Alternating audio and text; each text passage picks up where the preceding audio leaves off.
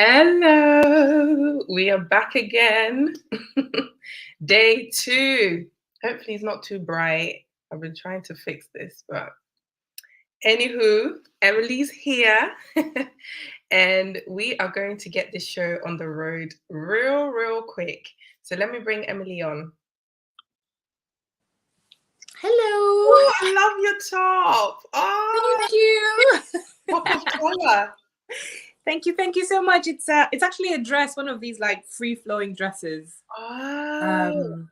Best for hot sunny weather. I'm just trying to recapture my last visit to Uganda. You're manifesting it, isn't it, into this exactly. How are you today? Yeah, I'm not too bad. You know, I've actually been looking forward to today's one. Yay! For obvious reasons. I'm sure you are too.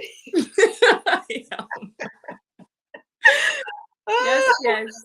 For those that weren't here yesterday, we went through the first part, isn't it? So that was just Esther and Nani speaking.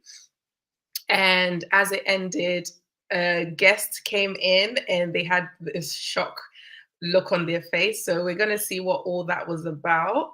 So yeah, I don't know. Do you want us to just jump right in or? Yeah, let's do that. Yeah? Okay. Yeah. Cool. Let's see.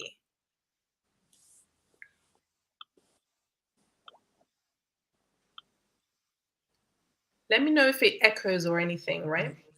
Okay. I didn't come here for that. I know you're in Dubai and you were telling me you were in Turkey. I was going to my mum's. And as I was coming off, I saw, bro, I see my man in the car. So can I ask you about my needs? Annie. Let's just cut to the chase. Yeah.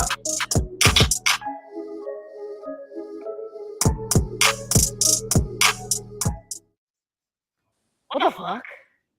She's gonna sit here.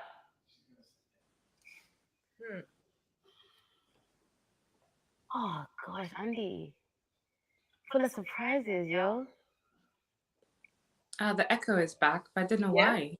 It was perfect before. Okay, so I think it's just like in and out. Hopefully it's not too distracting. Yeah. Wowza. Hello. Hi. How are you? You look nice. We're all wearing black. Like it's a funeral. Like it's a fucking funeral. Nice to meet you finally. Likewise, how are you? Thank you, so do you. Where are you up to? Like, we were talking about you. Was you? Yeah. What were you saying? Esther was just filling me in because I said to Esther that you were really distraught. Obviously, you wouldn't explain yourself. I'll just say when you told me you were really distraught and you put you through a lot of pain. And she spoke about an acid thing. So yeah, you speak, darling. It's your story. Oh my gosh. I don't know. Do you know what? I wish I had the opportunity to like warm up because I feel like I haven't had the opportunity to like warm up and like get comfortable. So I feel like I've just been put on the spot. Okay, so firstly, I'm Bianca. So hi everyone. Hi. Introduce myself properly. I'm Bianca. And I guess my title would be also his ex-girlfriend. I was also the ex-girlfriend at the time Esther was a girlfriend. Which I don't think you was aware of. What do you mean you was an ex-girlfriend when he was dating her? We were with him at the same time. Okay. We were with him at the same time. How long was you together with him? Probably. So I'm so nervous. Sorry. I was with him, I want to say the February 2018? I can't even remember. So I think like specifically, I know the timeline of it. It was before you got started. Sure. You know, like when you can't tell when the relationship started. Does that mean it was a situationship all along? Or there wasn't like any official like, okay, I don't know. How can you like not remember? Not her person, like as women. Generally speaking. I think it can happen if you kind of just Flow. sort of not find yourself in the situation, but you don't have a discussion of, so are we doing this? You know, are we serious? Or I think it happens. I'm trying to think back to my own. But generally, I think in every single one, even when it has been a situationship, it's been clear what it is. If I have forgotten, it's because I genuinely am struggling with the timelines. Like, I'm like, was it February? Was it March? But no, I think I get what your question is, because I don't think I'm trying to be as honest as possible. I don't think I've ever been unclear as to what we were when we were whatever we were. It's always been clear to me. So maybe in their situation, you're right. He potentially was vague, right? Yeah, he was vague about what he was doing with them, and perhaps they didn't ask, or didn't, were cautious or nervous, anxious about posing that question. I think there is a general feeling in the community or on the scene when we're talking about relationships. Nobody really wants to ask, what are we? Or when do we ask, what are we? It's almost it's such an important question, isn't it? Yeah. Very important, because that's when people end up staying in these dead-end relationships for so long. I've got a comment. Oh, side chick, maybe someone's. Yeah. Possible. This is it. The triangle, the trio. Yeah, and possibly the ones that we don't know about. Right. All in rotation, isn't it? Yeah. Hey, Dees, good to see you here again. Thanks so much for the support, honestly. All right, let's continue then. I just thought I'd bring that bit up because I wonder. Season that he was in.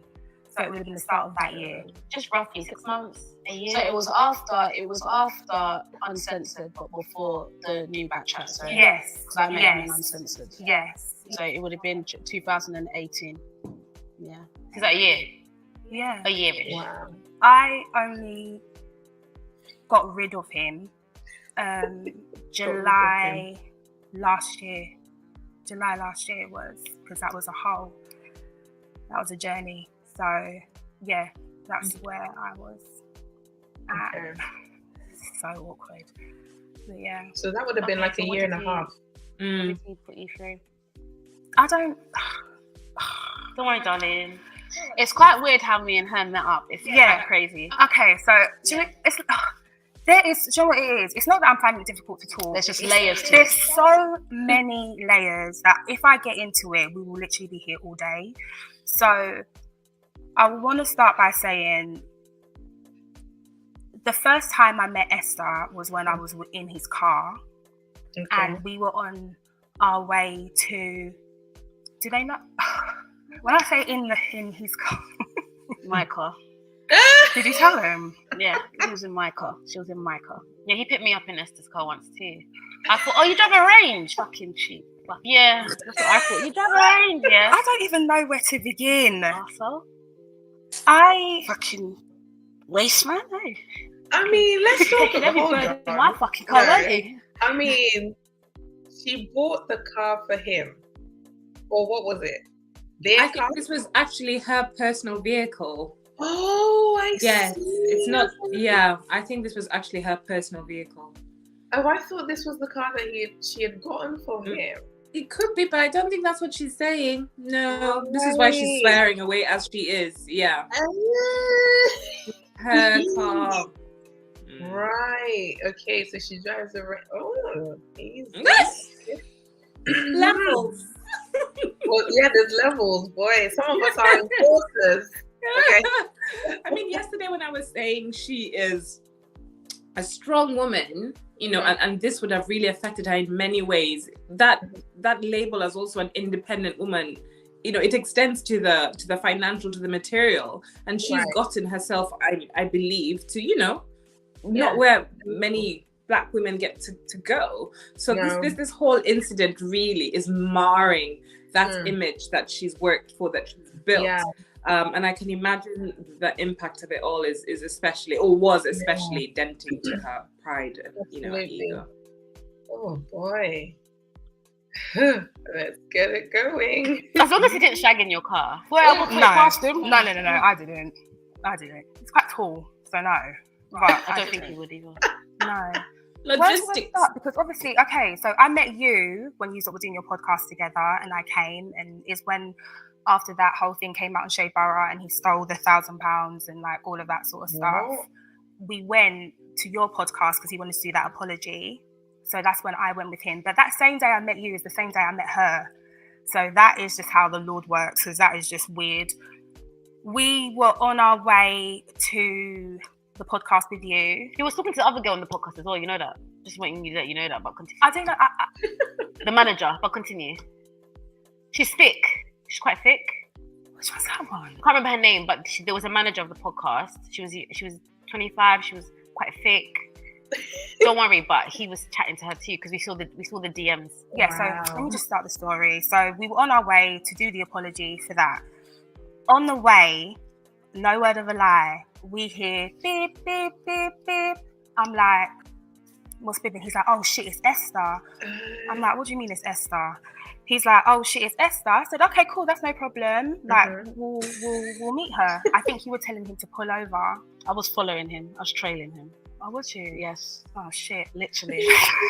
I was going to my mum's, and as I was coming off, I saw I see my man in the car, and he was pulling up onto the Tesco.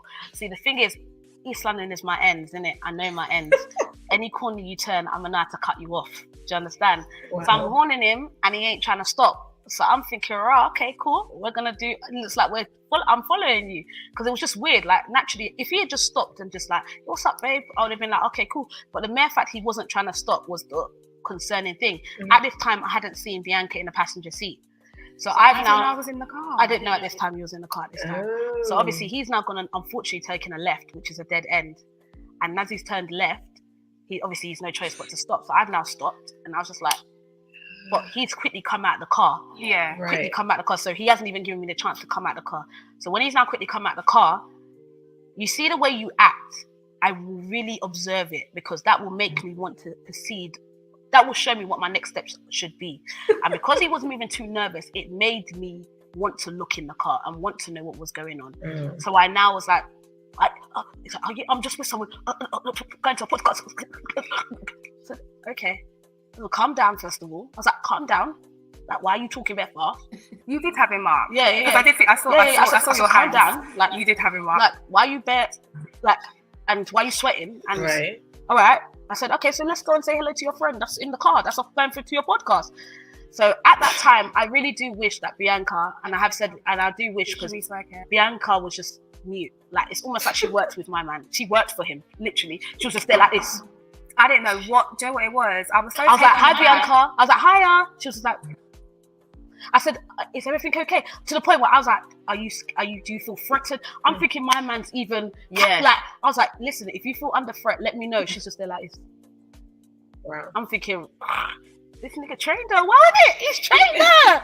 But she kept quiet. So for me, I just thought, and she didn't say nothing. So he's there nervous, like, you're embarrassing me. And I'm thinking, like, okay, the girl's not saying anything. What? I just thought, you know what?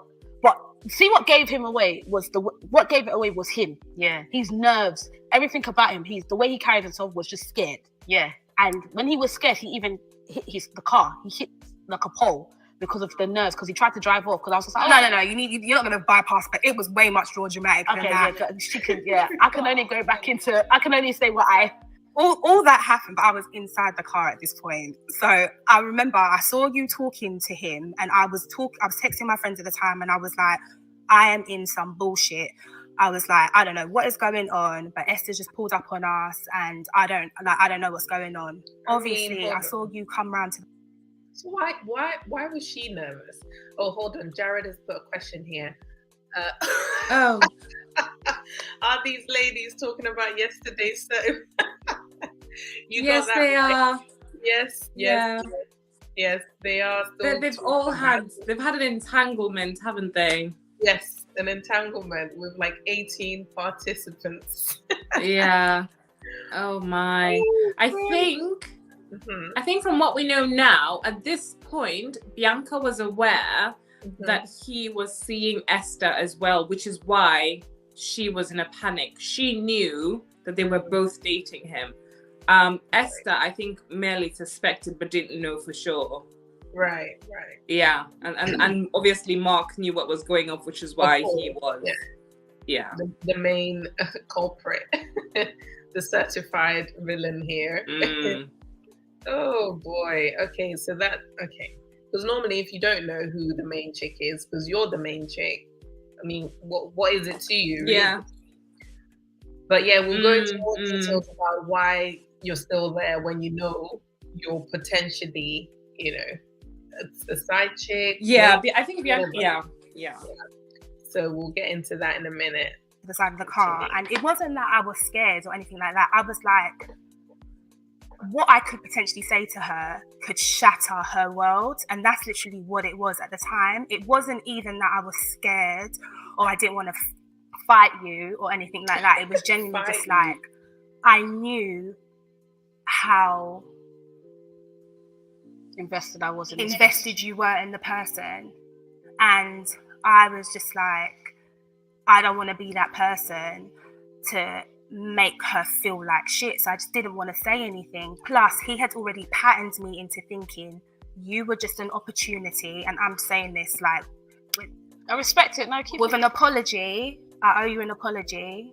But he literally told me he's there because you can offer him leverage into the industry, and he needed the car. And that is why I kept my mouth shut, because I was like, I don't want him to lose his car.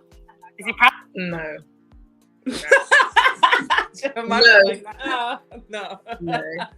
No. Yeah, Emily, I'm gonna let you start because I need to a woman's woman. I think on the what's going on here? Oh gosh, is there any way to say this without? I don't know. There is an unhealthy support of a man here, isn't there? You're out there doing something that is untoward, but I will support you because I'm your woman. This is sort of a ride or die situation, isn't it? Oh, have I lost you? Is it my connection? Oh no, I'm here. Can you see me? Oh, you're frozen. Having trouble. Can you see me? Are you back? Oh yeah. Sorry, Jemima, did you lose me for a second there? I did, but I think you're back now. Yes. I'm sorry. It's probably my Wi-Fi. I'm with BT, and honestly, sometimes it just pops off like that for no reason. All right. You're back. Sorry. I was saying that I think it's the ride or die mentality, isn't it? That no matter what he's doing, I'm there in support of it. And perhaps that's what Bianca is thinking, while she's aware that he's actually dating somebody else, and he says he's dating this other person strictly as leverage into the industry of his choice. I mean, I don't know. I don't know. Yeah. I don't know if that seems unhealthy to me. Very, very unhealthy. Because especially just from the point of view of why let Esther go through all this, Yeah, because at the same time you're saying, and then there's also you. Like, are you so? What is it? Greed? Is it? What is it that makes you think it's okay to use somebody else like that? Yeah, I don't know. And it won't happen to you too, right? Yeah, and I don't know. For me, it's like I didn't want to hurt you, but then in the same breath, you're hurting me. That's my issue with Bianca in that moment right there. It's like I knew all of this and even more, because obviously she didn't share a lot. Yeah, I'm still choosing to just cooperate. This is that cooperation thing that I was telling you about, the submission, cooperation, ride or die. Yeah, only when it leads to dysfunction or unhealthy situations, that's when we as Black women, we're more cooperative. But then when we need to stand up and really, fight for ourselves, i.e. like with yesterday with the daughter, having the perpetrator in the house for a year and a half. And those were the moments where we needed to really stand up and be these strong women, the maternal instincts, but then we were quiet. So I don't know. At that point, I was just thinking, no, Bianca, no. As much as you're trying not to hurt me, you are hurting me. And you're continually trying to hurt me more. Right? Okay, let's see what Jared said. Yeah. It's no wonder these types of women love gossip and drama. My goodness. It's counterproductive in retrospect and a turn off to folks who don't know them. I know. You end up staying in these circles all the time because it's just so drama filled. And then we don't want to seek therapy. But we are adamant that when we meet a good guy, we will be able to treat them well. I don't know how we think we're going to be able to do that. Yeah, I keep wondering for this particular scenario, if we can afford them grace because they were younger. This whole thing sort of happened, I believe maybe 2 to 3 years ago. Right. Esther is the oldest. She would have been, because I'm looking at 27 maybe at the time. Right. Sorry? No, I'm looking at them thinking they're like in their 30s. I just realized that Esther's only going on 30. No. Yeah, they would have been in their mid, perhaps early 20s. And maybe, I think I can afford them some grace, compassion, maybe even sympathy for the choices and situations they found themselves in. Because at that age, what do you know? You think you know, but what do you know really? And the choices that we make are often, as we see, not necessarily the smartest ones. So it's easy now, given where we are and where we know they are now, to criticize, judge, condemn, whatever. But I think if we place it in its time, we can afford them a bit more sympathy. The lessons are still there, and perhaps we can discuss those lessons removed from the individual. The lessons are definitely still there. Okay, let's see. Emily, someone's coming for you. I'll let you read it, darling. It's for you. Emily, the reason why there is no grace afforded is because they didn't seek therapy and there were several red flags they ignored. I hear you, Jared. I hear you. But I know that when I was 20, between 20 and even 26, the whole of the 20s, I would never have thought to seek therapy because I would not have recognized how deep into the mire I was. It takes a good measure of self-awareness to say, this is not on. And given the scene that they're in as well, don't forget these are influencers. They are visible publicly. They are successful. The reality is skewed. It really is. So this is where my sympathy is coming from, my compassion, my grace, Jared, because I'm trying to contextualize their experiences. But like I just said to Jemima, if we remove the individuals, the lessons remain. We can apply these lessons. Yeah. So in terms of like lessons, I hope he takes that. Yes, I'm sure. Let's know what you think, Jared. I mean, tomorrow's one's going to be interesting because we're going to be breaking down each of these women objectively. So not necessarily them per se because we don't know them, but we will be picking apart how they came across, some of their behavior patterns and stuff like that, mindsets that they hold. And then we're going to break that down because a lot of women, we do fall into those camps, don't we? And in a way, we shoot ourselves in the foot in the process. So I think tomorrow's program is going to be so good. Okay, Jared's got you. He said, yeah. Thank you. Amazing. Yeah, much respect. Emily, trust me. I'm hearing it. Quality choice. Thank you, Jared. So let's go on to... Let's go. Let's play it. Proud of himself for doing that was true. Using women, I hate men like that. Yes, well. So I owe you a huge apology. I appreciate that. I owe you a huge apology, but the way it was spun to me was just like, he's here for bread and a come up. And I was like, I can't knock your hustle. If that's what you feel you need to do at the time, then cool. So he's I'm a not gonna gigolo. say it. I'm not gonna say it. He is, but he's a But gigolo. multiple women that I've spoken to in the past have said that he's taken money from them. Yeah. He's borrowed their car and used their car. Like, that's what he does, and that's why enough is enough. That's why I said he came the stop that he stopped at, which was my stop. He should have prayed the bus carried on driving and never stopped, because when he met me, yes, I may have gone through it. Yes, it may have taken me a while to overcome, but I've still overcome. Yeah, definitely. And no matter what, I'm not going to stay silent, because silence is so deadly.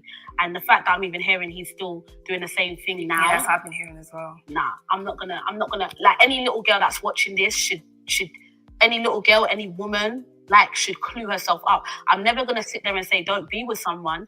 If that's after, at least, but if you want to be with someone, be with them, but be downloaded on the information that you know this person fully, so that you know, okay, if I'm getting myself into this with somebody, it's because I'm fully aware that this is the person. All of this, I didn't get to that opportunity where people could tell me who this person was. I would hear things, but it's like you hear things, but no one's ever willing to give you the full drop. Everyone, I really want to interject. Okay. There was Before she something does that I that, actually really did come here to say, and what I wanted to say was, Sorry. oh, I said what I wanted to say. Can you hear me? Can you hear me? Yes. Okay, good. Okay.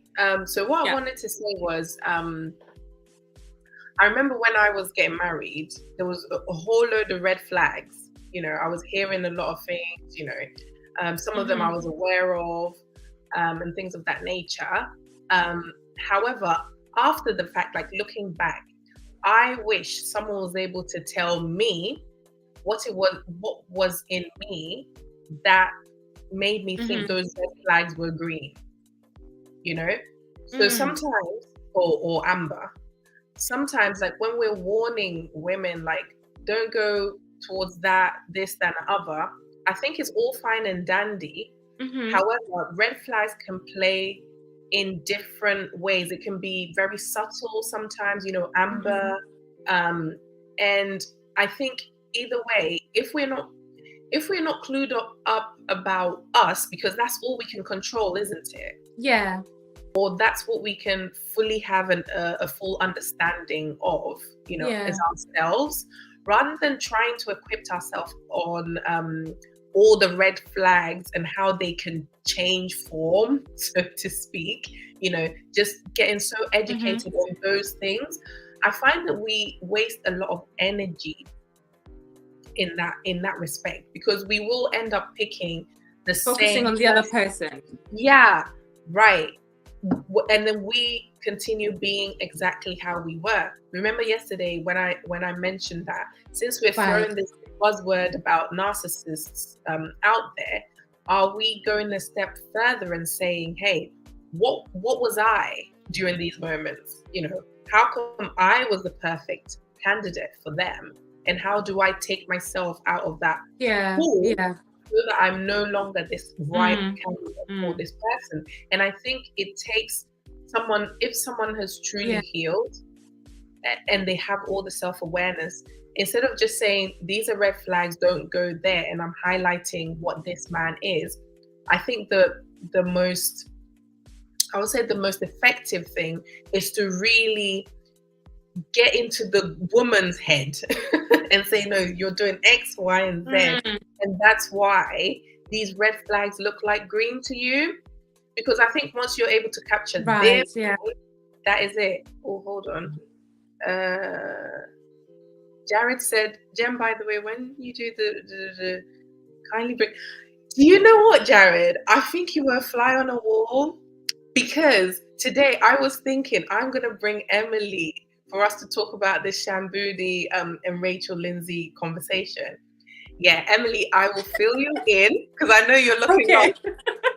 I'm like, wait, who? It's like some inside joke. you know, like how we always have all these like IG memes and posts that we send to each other, and it's very educational on intimacy. And Oh stuff yes, like that. yeah.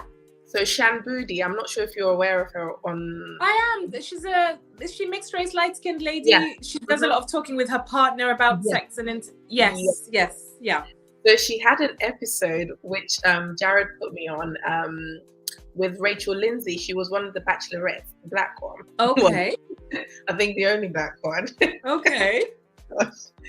It was so beautiful. And I was thinking, okay, I have to do a reaction to this because it's amazing. I did finish it, Jared. But just today I was thinking, I would love Emily to come on for that. Okay. So Jared has invited you. Thank you, Jared. Sounds good.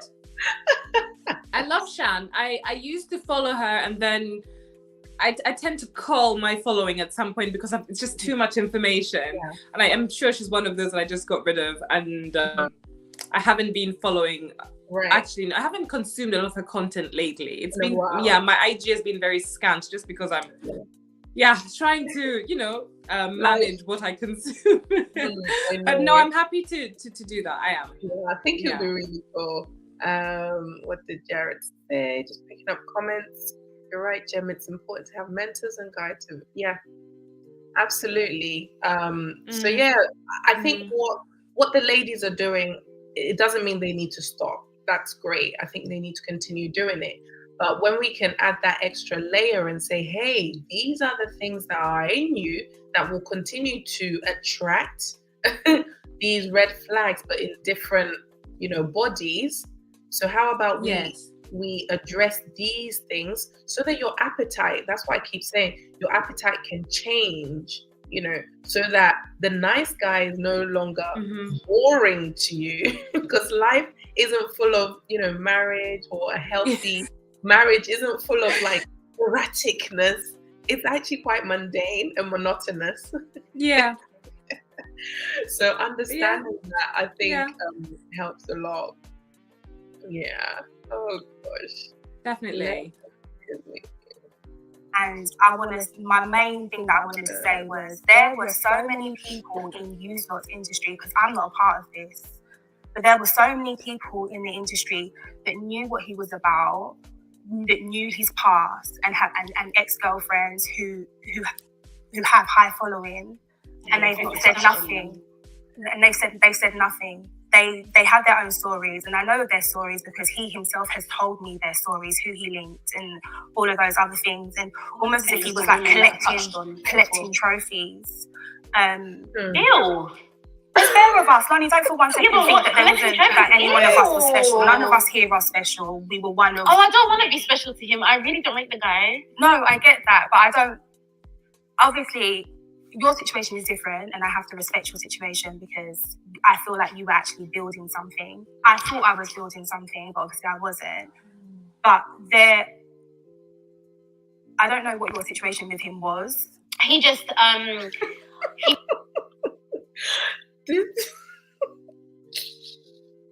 What was that, please?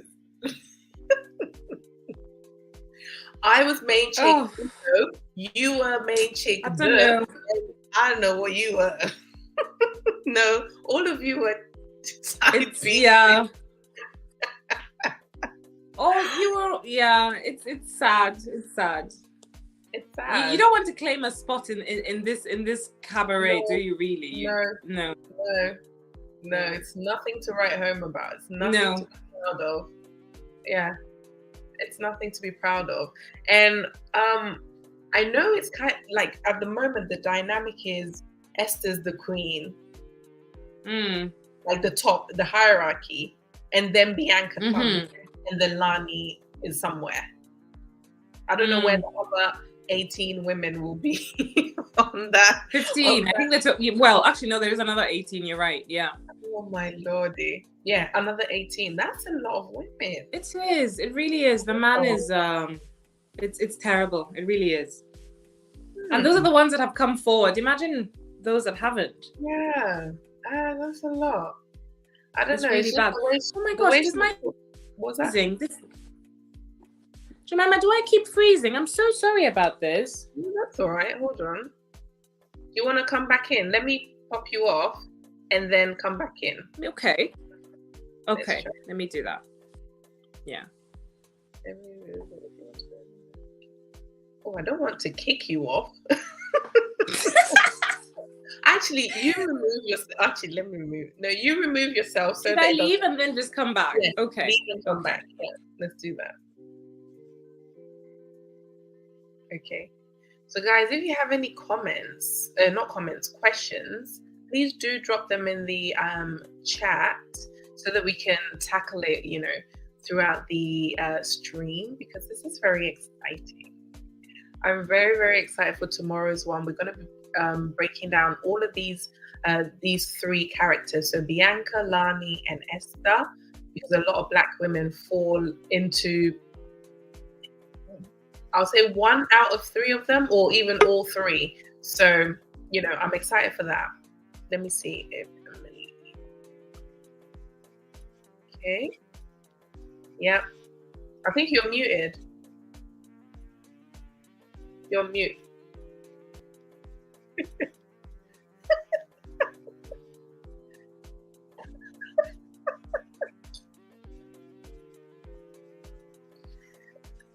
You're still on mute. Can you hear me? We're cooking on gas, people.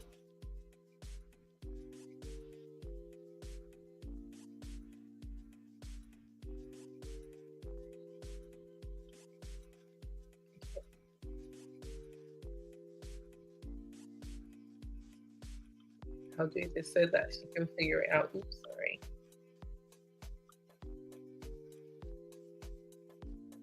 Uh-oh. Oh, it's been messaging. Sorry. Okay. Bear with us, guys. Please.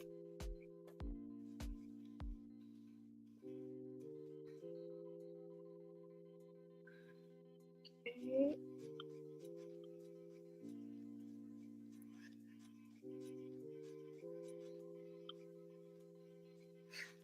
Hello. You see us? Got a bit of malfunction, so please bear with us. Welcome here, Mr. Lloyd L. Boyd Reacts. I hope you like what you see. Let me make sure that Emily's okay.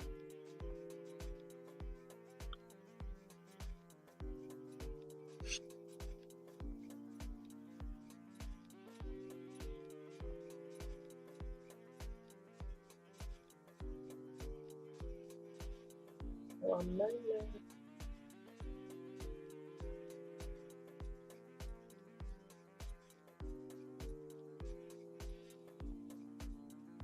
But you do what?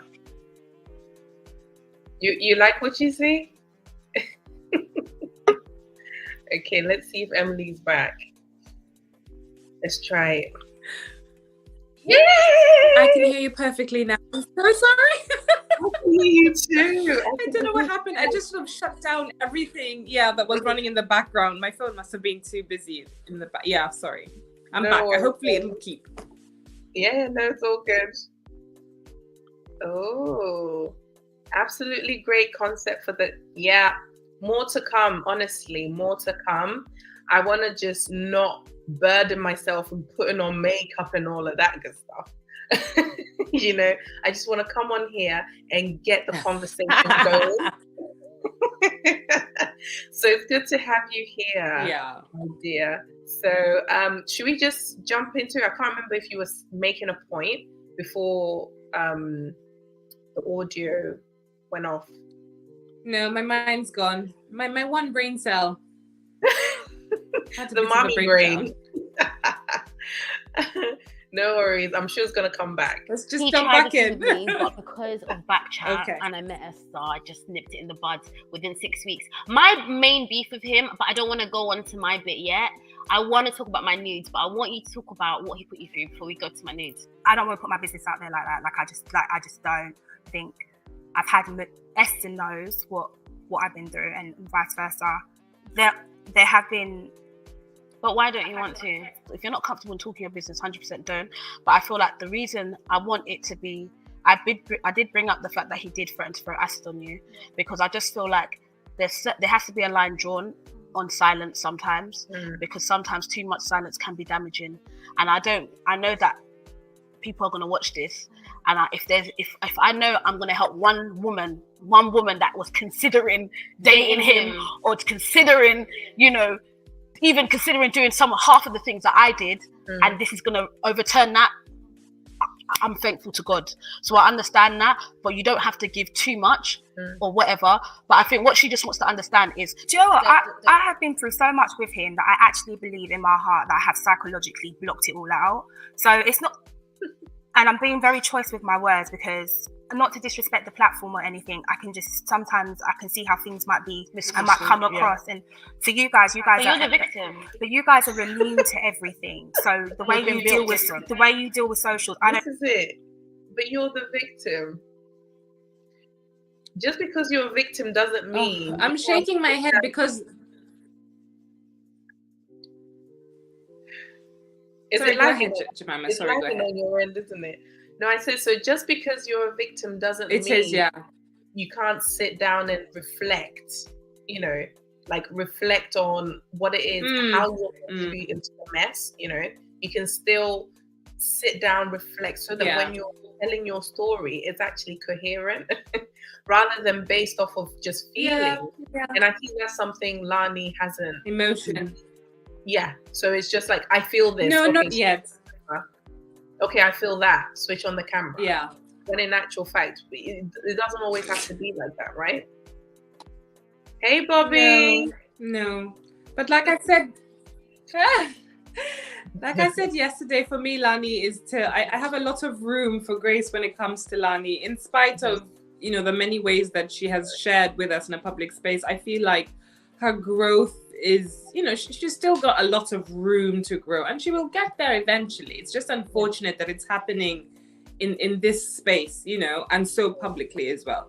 But I sympathize with Lani. I was going to say though that the irony, why I was chuckling as I was watching, is that the irony of all this is that Bianca was very keen to minimize the typical social media response, misunderstanding, overreaction, etc. And she got the worst of it, the absolute worst of it.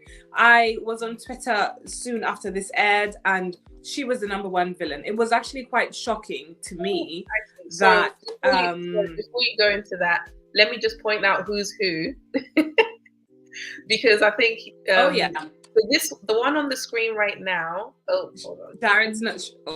Yeah, that one. This one's Bianca. And if you can see, we go back just a bit. Okay, there we go. The one on the right is Lani, and the one on the left is Esther. Yeah. Yeah. So yeah, you can continue. Sorry. Sorry. No, I was just saying Bianca really got it. I mean, social media thus far has vilified Bianca, and I suppose a lot of it is based on the fact that she shared Lani's nudes with some friends. But also there's been very little grace extended or compassion extended to Bianca, who, as you say, is also, a victim in this situation. But yeah, I was just chuckling at how she was like, no, let me just say a little bit, let me not share this, because and all hell broke loose. It for me, it's just another indication that social media is a wild west. It's almost like you put things out there and then switch off, because you have absolutely no control over what's going to happen. Right. She has been vilified, and I think very much so. Part of it is obviously before I went onto her stories, went onto the Twitter and all of that, I understood where people were coming from, because if I'm just taking this video, this interaction objectively, she did not come across as someone who was is not necessarily there in good faith. I don't know what kind of word I'm trying to look for, but it's hard to extend grace for someone who knowingly, yes, held information from someone, or knowingly stayed in a situation when you knew you were a side piece, and this man was all the above, and so I think that's why a lot of people are like, yeah, we identify as Lani in this situation, therefore you are the villain, we identify as Esther, therefore you, Bianca, are the villain. And literally the only people who are able to be on Bianca's side, quote unquote, is the person who can be objective and say, hey, no, actually she is a victim as well. And I think it didn't help the situation, and I don't think the producers prepped them enough. No. And as she said, she's not really a social media person, so she doesn't know how to, maybe comport herself in a certain way or present the words in a certain way, and it has definitely backfired on her. Yeah, it has, sadly. And I mean, and she did point out at the time that what we watched was obviously edited content. There was a lot more material. There was so much more. 2 hours, isn't it? Yeah, 2 hours. It didn't come through. 20 minutes, so. And she just wasn't entirely comfortable with the entire sit down, it seems, but hey, I think like I said to you, I did exchange a few messages with her, not that I know her personally, but just on the back of this we had brief conversations here and there. And I'm grateful, or I'm pleased to hear from her that she's really has moved on, that the backlash she's receiving is not impacting her as badly as I at least imagined it was, because she's done quite a lot of work to that's good to recover from all of this. Yeah, because social media, boy, when this is the same thing about women just automatically being on women's side. Obviously they're 3 now, so they will identify on in 1 or 2 of them, and it's like, okay, let's go after this beast. That's what's happening here. Oh gosh. All right, let's keep going. The way you deal with socials, I don't need loads of people laughing at certain things that I have been through, and I didn't come here for that. I came here because I wanted to support you, particularly in what you had been through, because I too have experienced it, and just raise awareness, because I genuinely feel like no woman alive should touch him, and that's just honestly how I feel. Yes, since you've brought it up already, I'll bring it up. So after you guys went to Dubai, these times he told me he was in Turkey opening up another clinic hub. Good life. He told me he did not touch you on that trip, and that you're there to open. You went with 6 other girls to get their BBLs done, and you were ambassador, and they're thinking about doing some men shit over there, so he come to support you. That's what I was told. I did not know it was your birthday trip. I didn't even know you was in Dubai. I thought you was in Turkey. When I started to see him snap on Instagram, I was like, this doesn't look like Turkey to me. And his answer was to me, you've never been to Dubai, so what do you know what Dubai looks like? And I am screenshotting the location to my brethren. It's like, is this Dubai? Like, can someone tell me if this is Dubai? It's the lies for me. It's just, I'm laughing. I'm not even laughing at the situation. Yeah, I know, it's just the way this person used to lie. Is beyond me. It is beyond me. Like, he would tell you the sky will be blue, and he'll come and say the sky is red and convince you the sky is red. Like, when the sky is really blue outside. I remember that whole time, you was in Dubai, I swear I spent the whole time crying, because I was like, he's with her. He has to be. I'm stalking you from my private page, and I'm seeing that you are not in the country also. People have time. Women have time. They invest in nonsensical things. Like, you invest in all of this. Meanwhile, you're a whole mother. How do you have time to do this? I don't know. But your blood pressure. I think it speaks to what we discussed yesterday. Again, it's a visceral need. It is so. It's also a very base need. It's integral to your identity at the time. So it is everything. You will make time for it. This is the serious relationship you're trying to build. This is the marriage you're trying to walk into. So it's so toxic, though. I know, and it's not to excuse it. It's really, I think, more to explain how it is that this seems to be the choice of action for someone who is in that state. I think when you're in that state, you're not necessarily, cognizant of everything, are you? You're almost fighting for your survival, it seems. Right. And as she's saying somewhere there, she's like, but then I know this is not right, but you're telling me something else. So you're doubting your own sanity, aren't you? You believe one thing very much with so much vim, and somebody else is telling you the exact opposite. Yeah. Almost to reclaim that, you will potentially say, no, I need to prove that I am actually not losing my mind, and this is this, hence the stalking or whatever, all of that stuff. But also to maybe validate your feelings, because if you feel so much for someone, rightly or wrongly, but those feelings are now under threat or are being questioned, or you're being given reason to believe that maybe they're misplaced, I can see how you will try almost anything and everything, either to hold on to or to investigate in an effort to, expose what is true and therefore deal with it once you've established what the truth is. Right. Yeah, that's how I see it anyway. I can see it's almost mad behavior, crazy behavior, but I think this is where they're coming from. I think this is why their characters they all overlap in some way. So he knows how to pick his victims.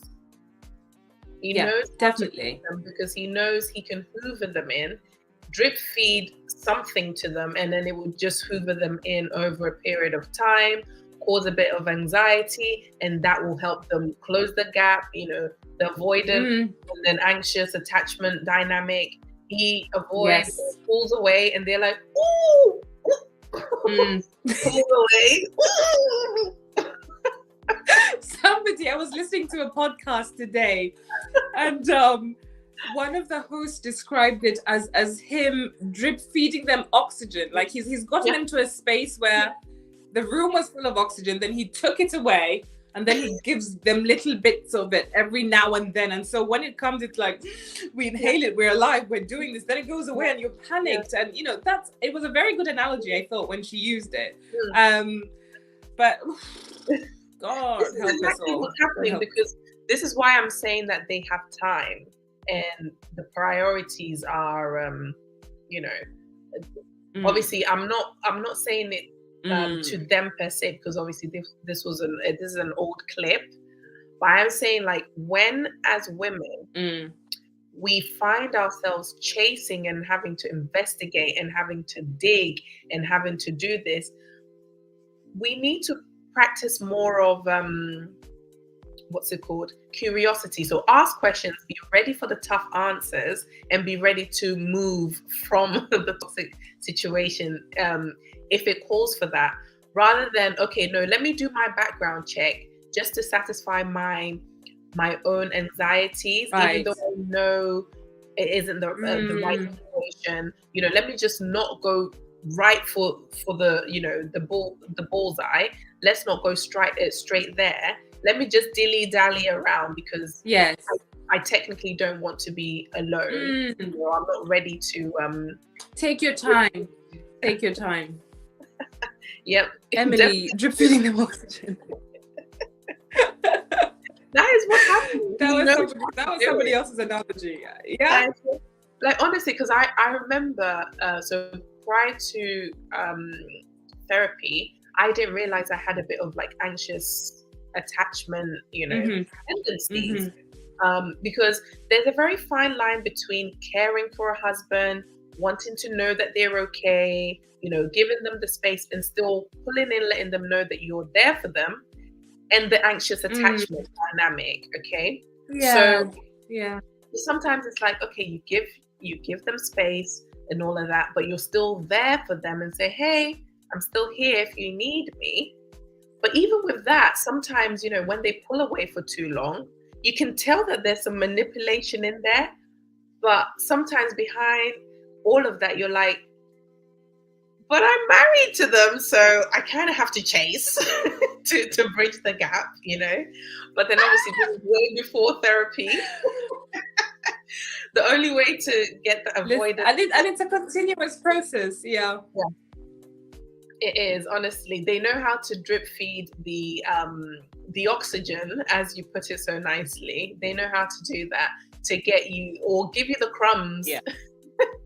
Give you crumbs. Oh yes. And then you're like, okay, let me take the crumbs. They might give me. I'll take it. Yeah. Take it. You're so desperate at that point. Yeah. I remember that dynamic. Boy, it was like every other day, and it's like, this is so exhausting. Is this what they mean when they say marriage is hard?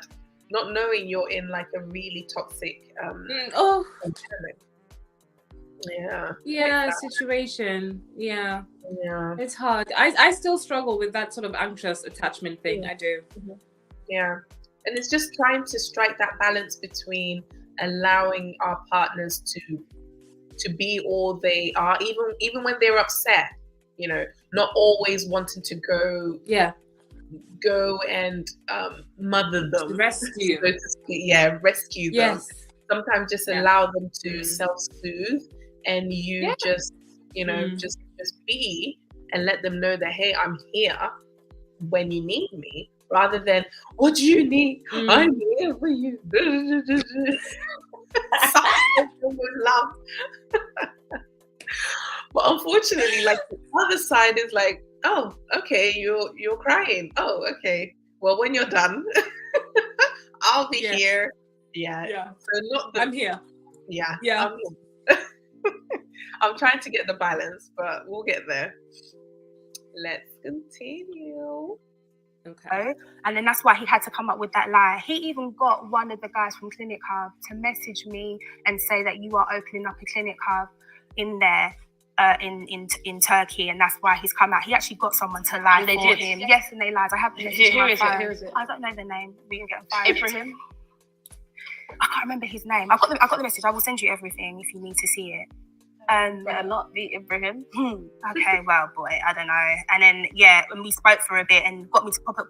But I still didn't believe him. Something still just wasn't sitting with me, because I know you're in Dubai and you are telling me you're in Turkey, and it's not making sense. I messaged Clinic Hub myself, and I said to them, are you opening up a clinic in Turkey? And he was like, one of the answers was like, no, we're not. He found out that I asked, and he switched disgustingly. That is the angriest I have seen. And he was telling me he was going to pull up to my workplace, that he was going to beat me up. He was outside my house. That evening I finished work. He was outside my house and like calling off my phone. This guy used to call off my phone till my battery died. Like, he was ringing off my phone like, come outside. If you don't come outside, I'm going to lick off your door. I'm going to do this. I'm going to do that. And then I got frightened. So I was like, okay, cool. I'm going to come outside. I came outside in my pajamas. This was at nighttime. So he was like, didn't I effing tell you? Like, didn't I tell you that, like, what it was? Why are you going behind my back? Why are you trying to find out things? Like, why? Because I was like, because I don't believe you. He was like, do you want me to slap you right now? He's playing with a cup, like, in the car, and he's like, I've got acid in here, innit? He's like, do you want me to dash this in your fucking face? So at this point, I was just like emotional, and I was livid, and I was like crying and stuff and whatever. And then he drove me to like a place that was like not too far from my house. Bearing in mind, I have a son, so that was my son on his own, by the way, because I literally came out for 5 minutes because I didn't want him in my house, because I just thought like we can just squash this outside, and it wasn't that. Drove off. Yeah, that was a lot.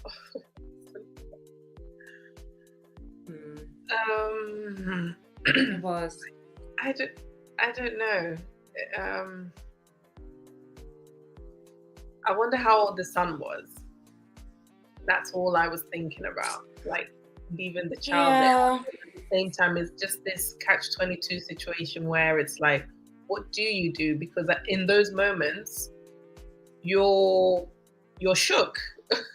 You can't really rationalize what's going on. You're not dealing with a rational person. No. And the last thing you want to do is maybe stay and there. This is someone who is...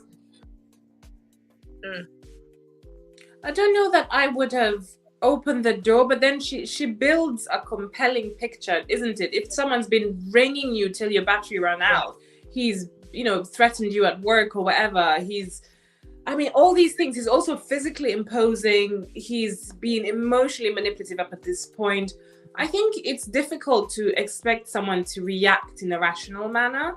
Exactly. So I can't maybe justify any of her actions, but I can understand that it was such a tough, confusing place to be in, that, you know, she just did what you know, came to her in those moments.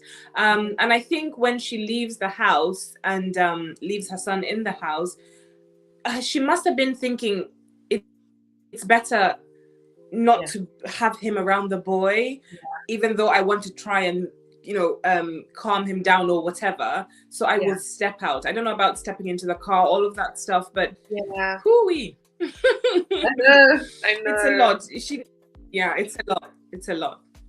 I'm just pleased she's here to, you know, give us a cautionary tale, really. Boy, some situations are like so much drama. I don't like drama at all. Sometimes when you hear things like you're averse to it. So it's so far away, but then these are people's lived experience. It's scary. It's scary. It's unbelievable. Really, it really is. Boy. Was outside, because I'm from South, so there was a place not too far from me that's a vape place. Drove me there, and then had another go at me, pretended he was going to run me over with his car, and made me walk back home in the cold, in winter, barefoot, in my pajamas. And then he drove off as well. And then when I got back outside my house, he was sitting in his car again, like ready to go again. And I was just like, I'm gonna die. Like, I'm literally gonna die. Like, I was just like, what can I do at this point? So, but that is just like one of many situations I had with him. Yeah. In these circumstances, to be fair, you know, I am extending a lot of grace to her. So, because I know when I was in some of my situations, police wasn't even on my mind. One, because I didn't even know. I mean, she actually said she thought she was going to die. Yeah. Sorry? Yeah. Sorry, what was that? No, I said she actually said she thought she was going to die. And I don't think she's using that as a figure of speech. She's saying she literally thought, you know, her life was at risk. And that's not a situation many of us can put ourselves in, or a mindset that many of us can put ourselves in, and then behavior therefore, if that makes sense. Because I don't think I've ever really been in a genuinely life-threatening situation to know how I would behave, or I haven't actually, thank God. But just that statement alone, and given everything that's going on, again, compassion and grace, I'm like, you know what? I wouldn't know. I genuinely wouldn't know what to do. And it's compounded for me. I see it's compounded by the emotional quagmire, you know, swamp that she must have been in, combined with the physicality of the man, the time that it's gone on for, the financial everything. She must have genuinely felt stuck and even ashamed of herself. Stuck. And then also knowing that you have a whole dependent, you know, like, I think so much would have been going on in her head at that moment. You just freeze. You're just like, do you know what? Just take me. You know, just whatever at this point. So no, I definitely understand her. I'm just thinking, like, for women who may find themselves in not necessarily this kind of situation, but they feel stuck and they don't know who to speak to. I probably have to find like information. Is it Samaritans? I think there's like Samaritans or something in the UK. There is a Samaritans, definitely. There's also Mind. And I don't have the exact details, but there are several domestic, I say several, there are a number of domestic abuse helplines, both for women and men. There's some that are specific to you know, to the maybe transgender community, LGBTQIA community. There's so many. And I would definitely say if you are going to share those details, please do. But there are hotlines that you can call. You can obviously also just call the police. I know that as a community we don't have a lot of faith in them. No. Especially when it comes to domestic violence, and we have actually just forced Parliament or compelled Parliament to have a discussion on domestic abuse in the Black community against Black women. So yeah, there's all those things, but it would be very helpful, I'm sure, to share all this information. Yeah. Honestly, because sometimes when you do feel that stuck, sorry, I'm trying to pop my charger into this laptop. If the laptop goes off, everything goes off. We don't want that. Bear with me 1 second whilst I figure it out. 1 second. Of course.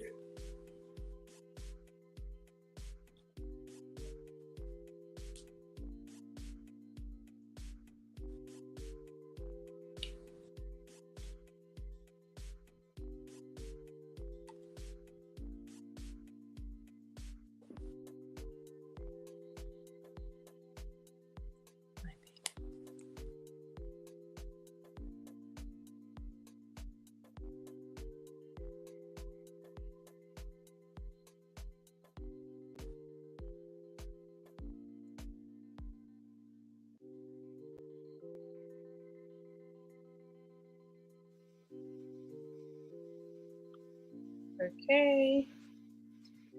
Sorry guys, I needed to charge the laptop.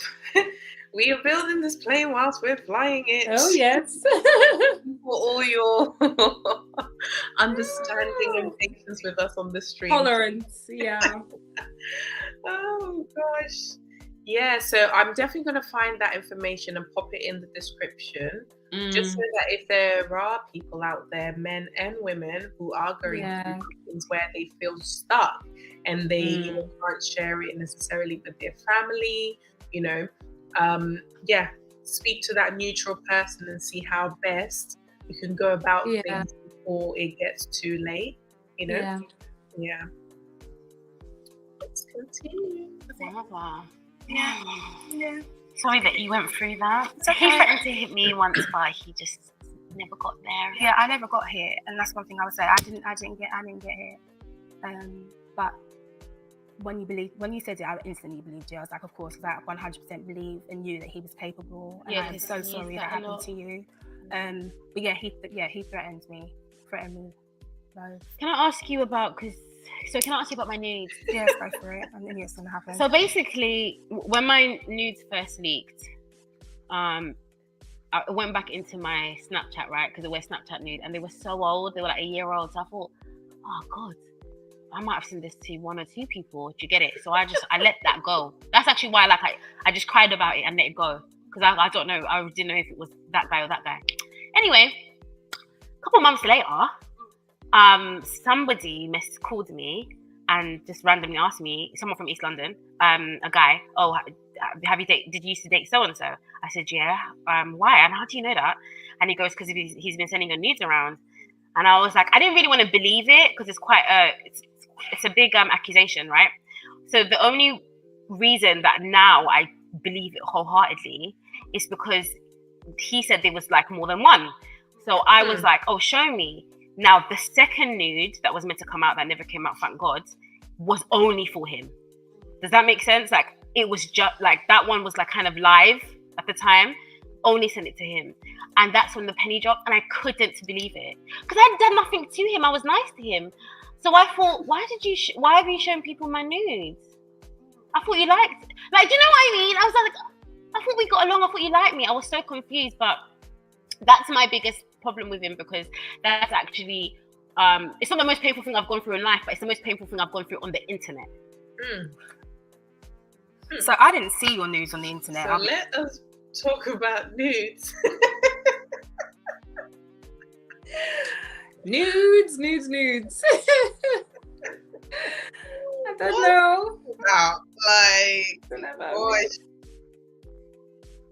know. It really makes me nervous. This whole sharing nudes thing. And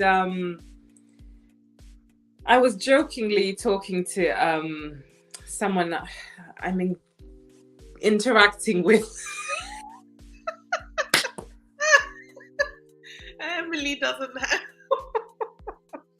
Let's just leave it there for now.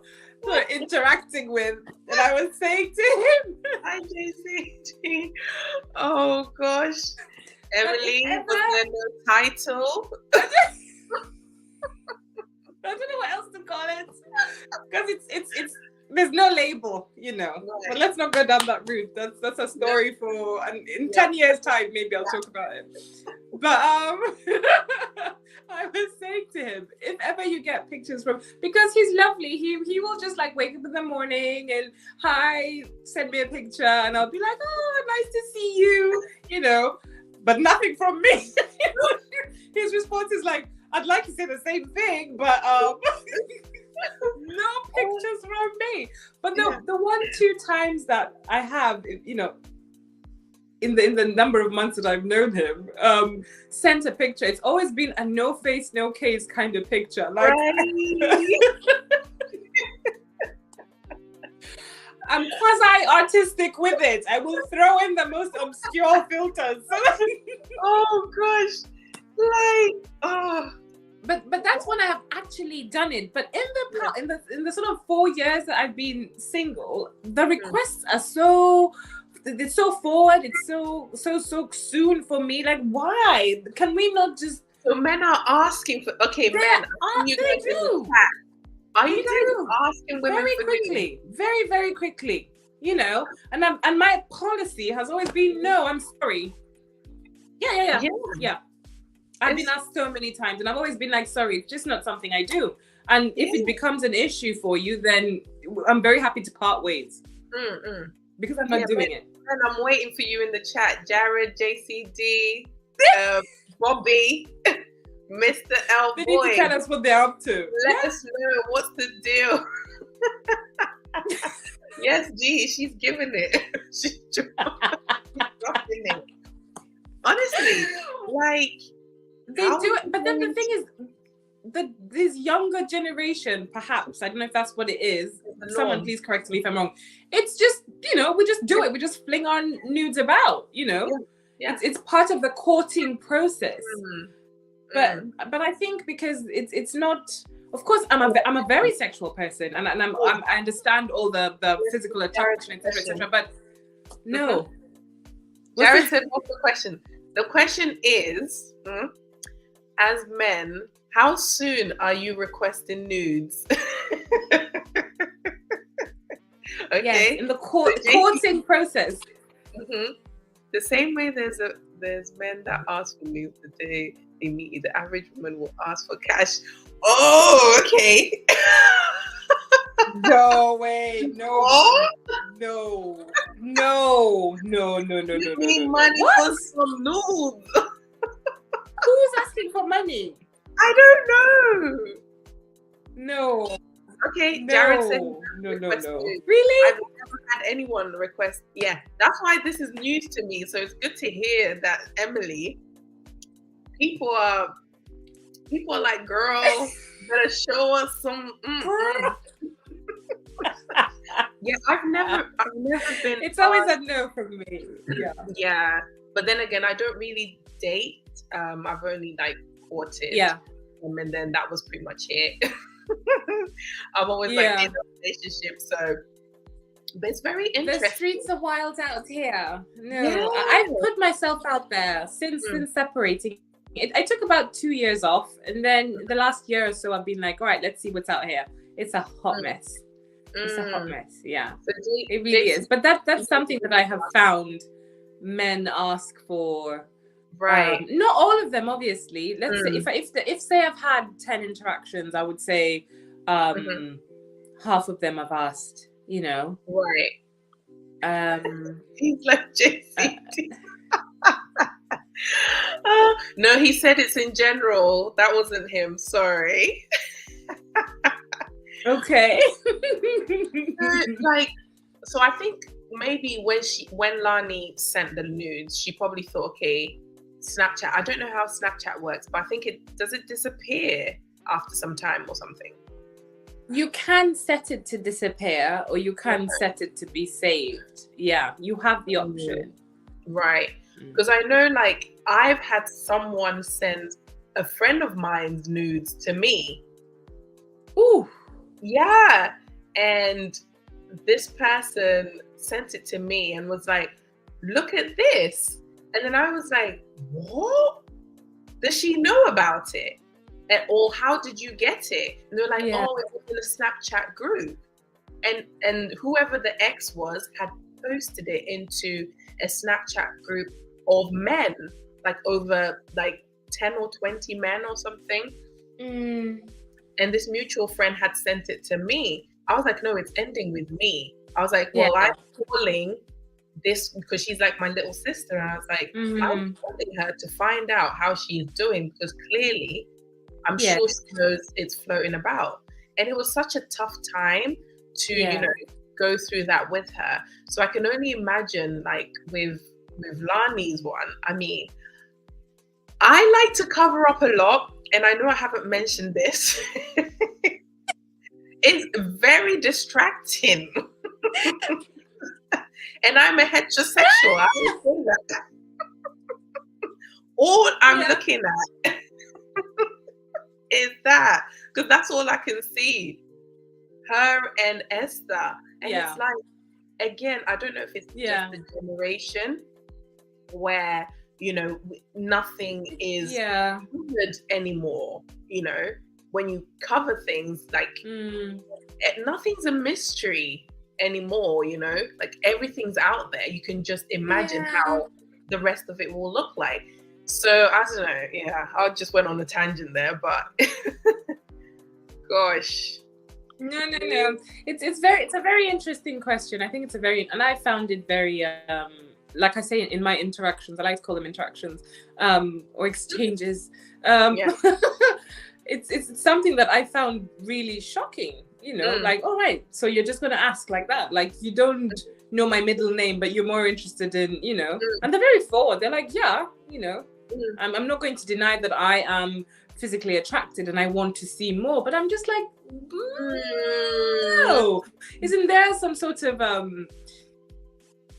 it doesn't work for me. And it's not that there is a pretense about physical attraction or sex, or there's no pretense about that, but it's just it's too much of an exposure. It's also an exercise in trust, perhaps. It's just so many things that I don't think are happening at the right time in the timeline of the exchange with the person. And I would say that it also varies for the individual and the situation, but I haven't yet come across apart from the most recent one, a situation where it's I've just been like, yeah, sure, you can have them.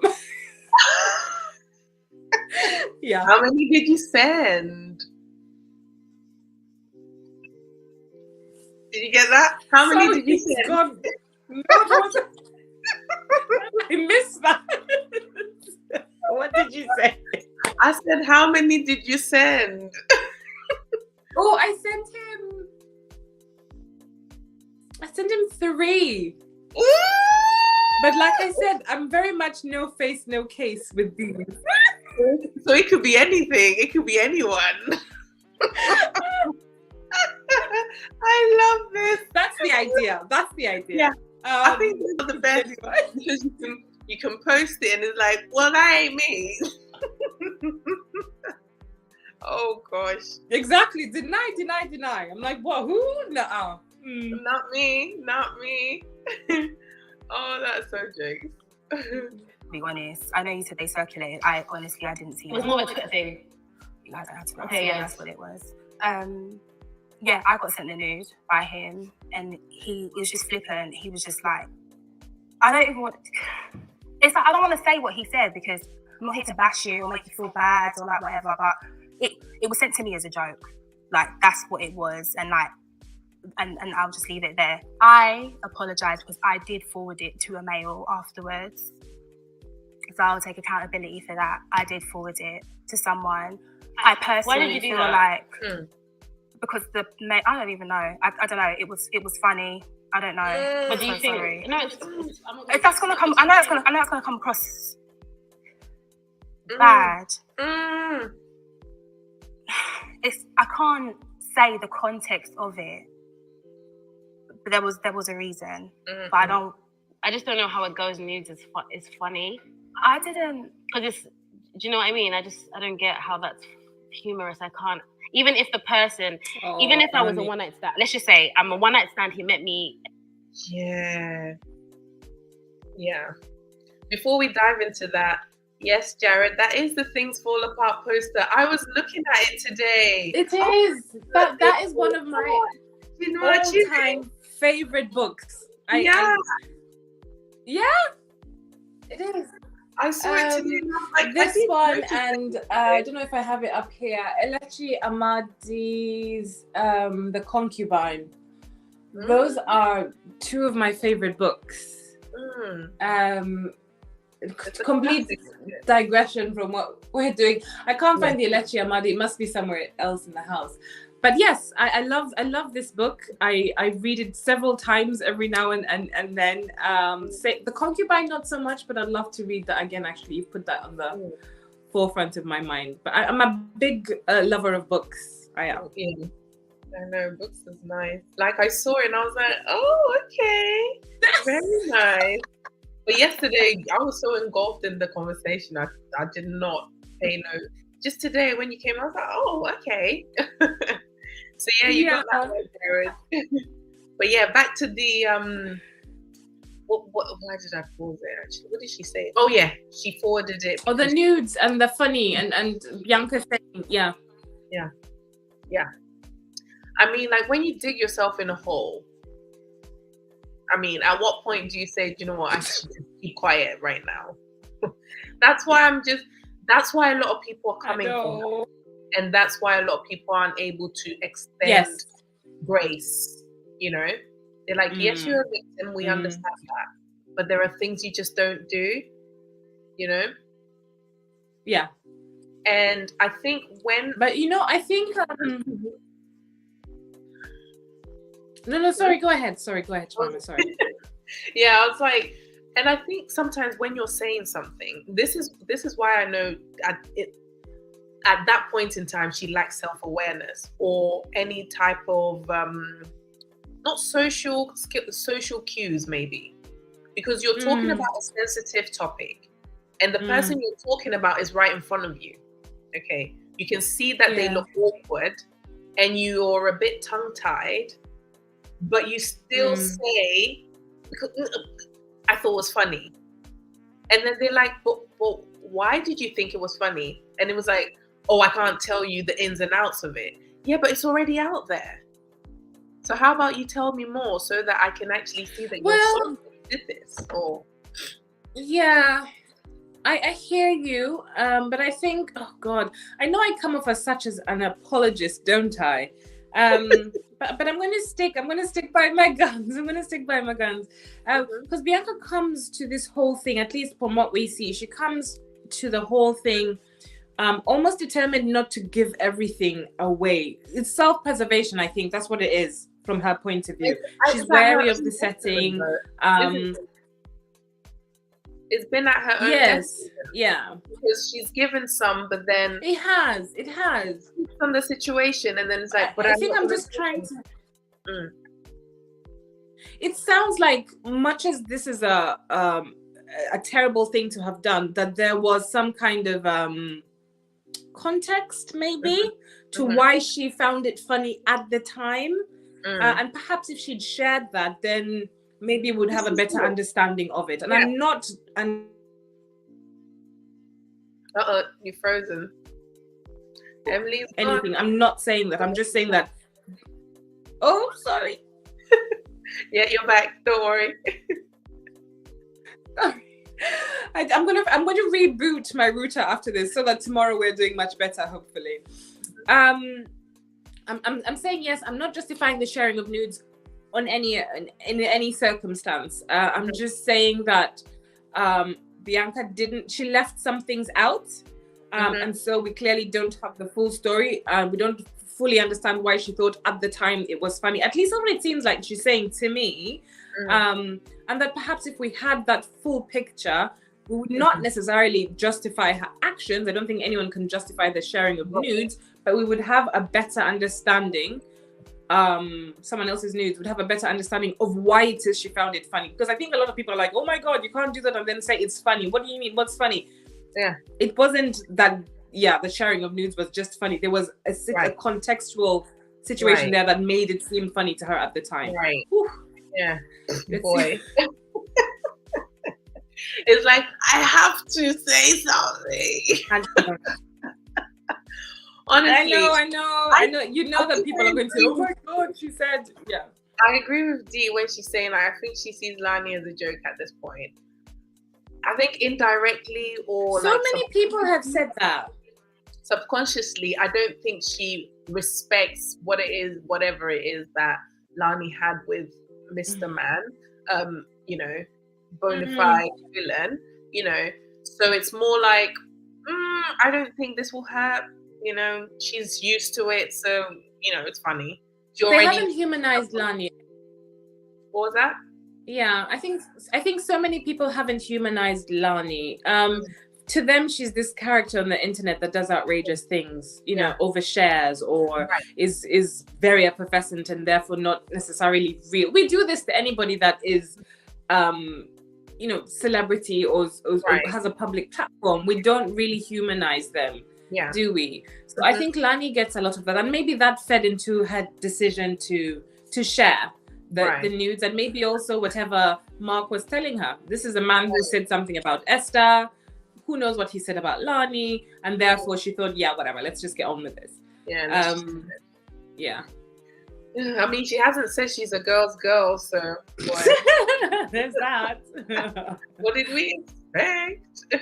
Yeah. Oh Lord.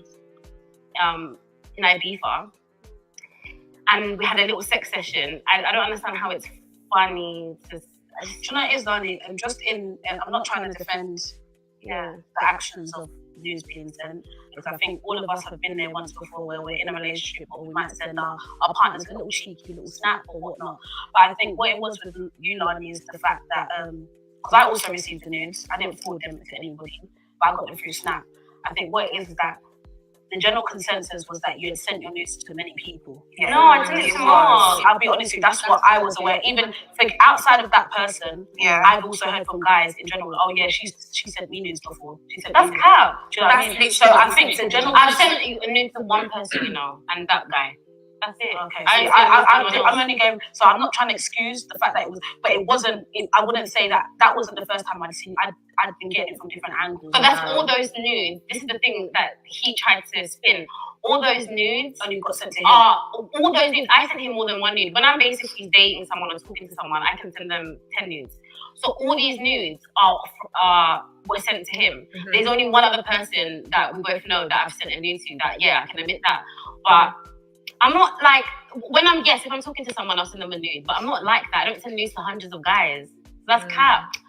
He just, I don't even know why he would do that. And one thing he did that was strange, he must have just thought I was hoe. When we were talking, he kept asking me, what guy have you been with? What guy have you been with?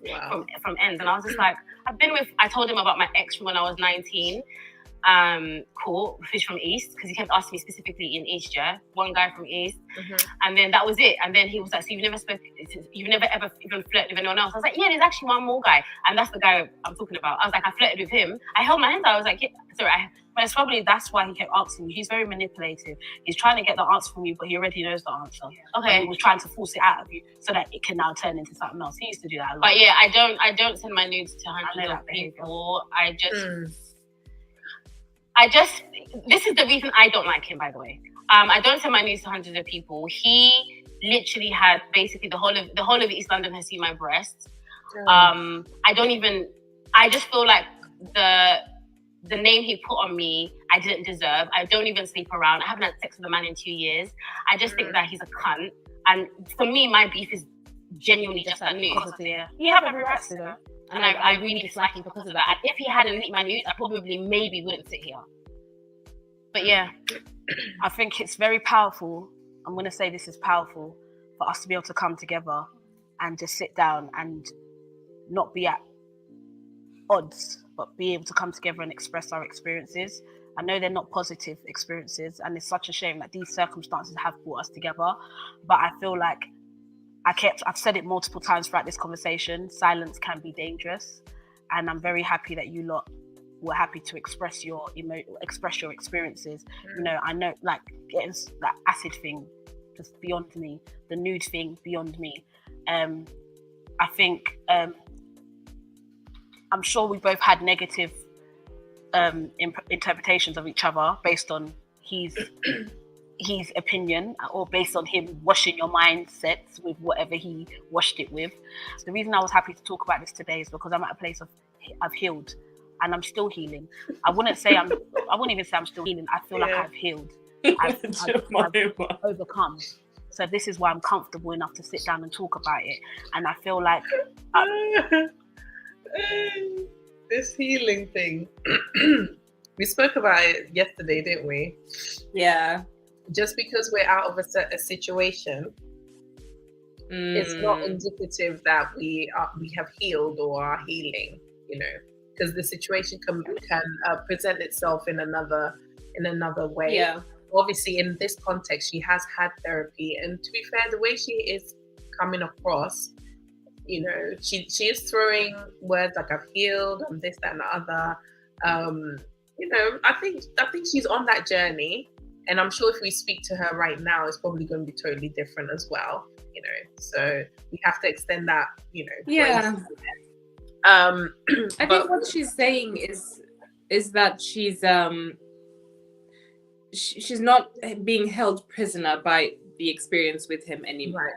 Right. But then maybe she also acknowledges that just generally there is still healing to be done, if that makes sense. I hope that's how I'm interpreting her words. Exactly. Yeah. Same as well. And but Jared like you, I agree that healing it's a lifelong process. It really is. It really is. Jared said you can tell none of these girls are close to their parents, as they would not have gone through what they are talking about now. Yeah, to a certain degree. Jared, maybe yes, maybe no. Yeah. I would say 50-50 because, well, not 50-50, but like what Esther was saying, that, you know, her parents and the pressure and the blah, blah, blah. So you can tell that maybe that may have pushed her to make certain decisions that haven't helped her. But obviously now she's going back to, you know, the healing and maybe going back to family and stuff like that. I don't know about the other ladies. They don't really talk about like parents, but I think Lani has mentioned her sister or something. Like I think in the first episode or this one. Again, I mean, I don't know. What do you think, Emily? Do you think that being closer to your parents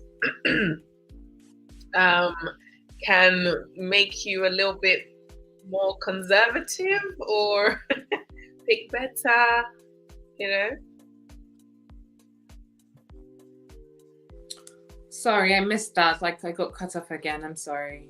No worries. So I was saying, like, with what Jared has asked, do you think living with parents and, you know, having that influence in there, could that have made, obviously this is all hypothetical, could that have made, you know, a change in their behavior, their mindsets and things of that nature, do you think? In the choices they would have made? And that's to say that the parents are healthy. Sorry. I was just going to say, I hesitate to comment on parenting because we know what a minefield parenting can be. Very often we think we know the rules or that we wouldn't do this or we would do that. And yet, as a parent myself, I often feel that, and I think I'm a good parent, you know. I suppose everybody thinks they're a good parent. We try. But the thing is, you do the best that you can with your children, hopefully. And you send them out into the world and you have very little control or influence even after a certain point, you know. I think that you can do that. The key thing for me is to create a corridor and for your children to feel like they can come to you with anything and everything, you know, and their parents may or may not have done that, and just assuming that they did and they knew that they could always go to mom and dad or mom or dad for whatever. I think that these experiences come with a lot of shame. Yeah, they do. And you don't necessarily think, oh God, let me go to mom and dad and tell them everything. No. Yeah. It takes a while for you to be able to say, I'm going through this. you know, Yeah. what do I do? Can you help me out? I think that's not so much on the parents as it is on the experience the child is going through. There could also be fear. You know, as African children, most of us are raised to fear our parents. So you don't just go with this drama to your mom or your dad. Send some nudes to. Can you help me retrieve them, Father? Even now, if I told my mom that I had just the other week sent some person I'm interacting with, she'd be like, "You did what? Like, what kind of foul behavior is that?" You know, I know. It's so funny because never mind them. Trust me, like prepping for this video, and I was just watching this on the screen, and my mum walked in, she's like, "What are you watching?" I was like, "Oh, it's just a new show from the UK." She's like, "Yeah, but why did that?" And I was like, "This is the norm, Mum. Yes. This is the norm." Yeah. And it's very interesting. Like, imagine, you know, like, "Hey, Dad, I really want to talk to you." "Okay, I'm listening." "Yeah, I ended up sending some nudes." "Huh?" I will be shipped. You would get a beating before he helped you out. Yeah, that's one of the, you know, like I'm one of the children that got sent back to Ghana. So when I was 9, quick story. Oh. They were like, "No, you gotta go and learn some sense." They took me to Ghana. Yes. They do that to us. Yeah. They do that to us, you know. That's why I think I've got a good balance of the, you know, the African culture as well as the Western culture. And I actually do appreciate them for it. But back then I really did not appreciate them for it. I can also understand. No way. Yeah. I can empathize with those who haven't had the, you know, best of both worlds, and how hard it will be for them to interact with, let's say, African parents who have different ideals. Yeah. Yes. Definitely. Jared said, "This is Jared saying." This is an example of what happens when you chase certified villain like Tyrone and Pookie."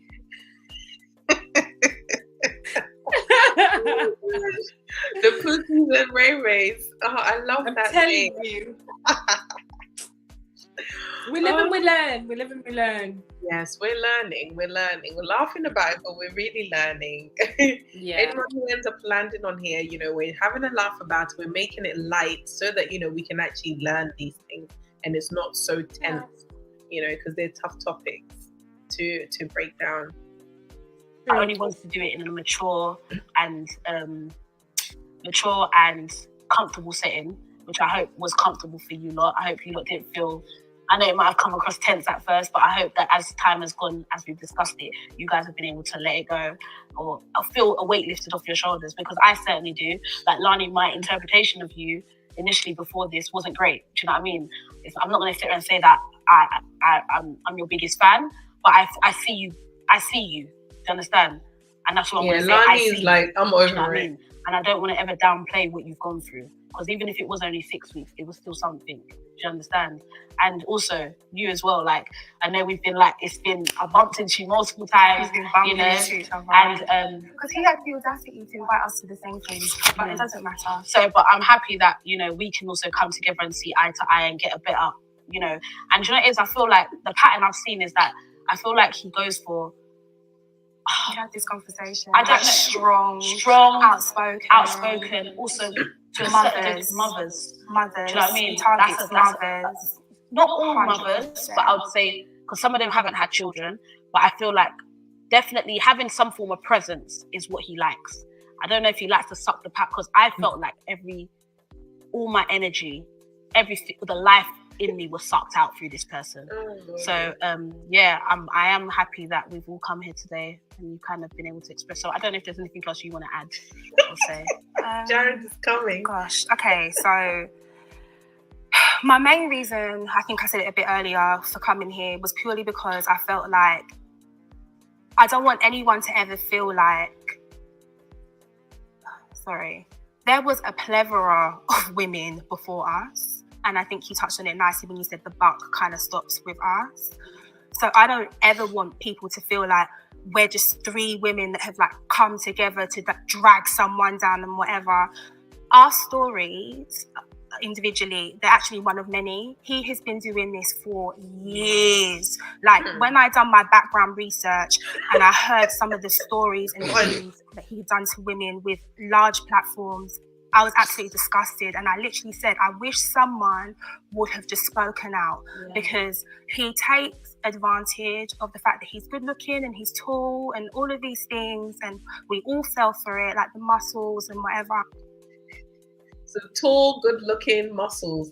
This is what people are roaming around the streets. God release us from the shackles. May we be released from the bondage of tall, muscular men, honestly. No, I'm laughing, but I have those things have me in a chokehold. Are you one of those ones who he needs to be 666? The Lucifers. I don't need it to happen. But I can tell you that if a tall, muscular man approaches me and the other guy is, I don't know, 5'8", and you know, I'm more likely to sway. That's my truth. Oh. Jared is losing all faith in me. He is. Typical. I'm gonna be honest. That is true. It is true. How tall are you? 6'5". I'm 5'11". Oh, okay. You're tall. I'm tall. I'm tall. 5'7". So okay. Yeah. So I'm all right with someone being 5'7". I'm all right with someone being 5'7", 5'8" onwards.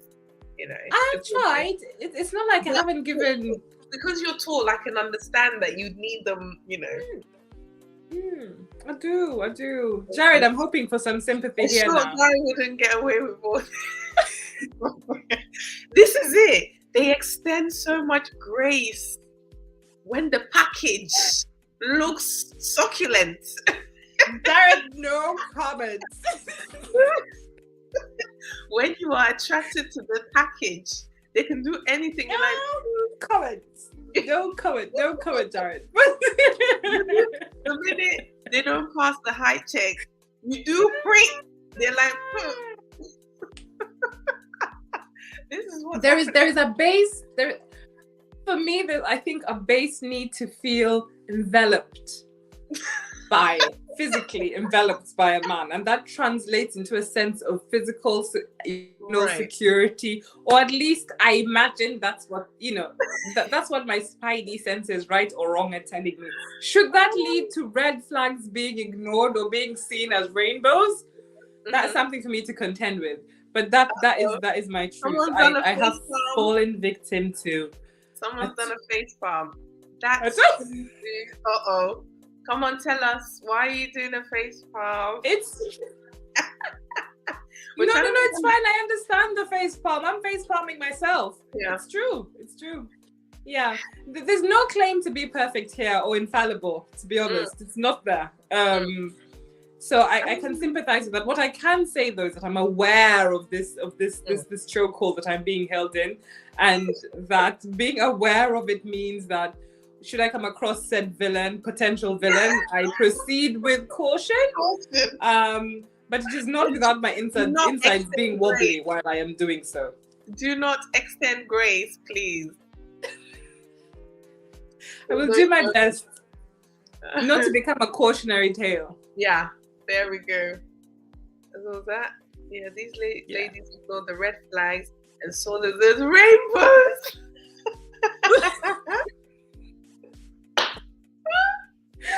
We laugh. It happens to the best of us. Honestly, yeah. I know, like, my ex-husband, like, he's beautiful, and I was like, red flags, it's so good, so good. I mean, physical attraction is a thing. Physical attraction is definitely a thing. Yeah. And we're best friends at that time, so I was like, okay. He has all these other qualities, and the package looks great. It made sense. When things are not working out, it's like, I don't care about the exterior anymore.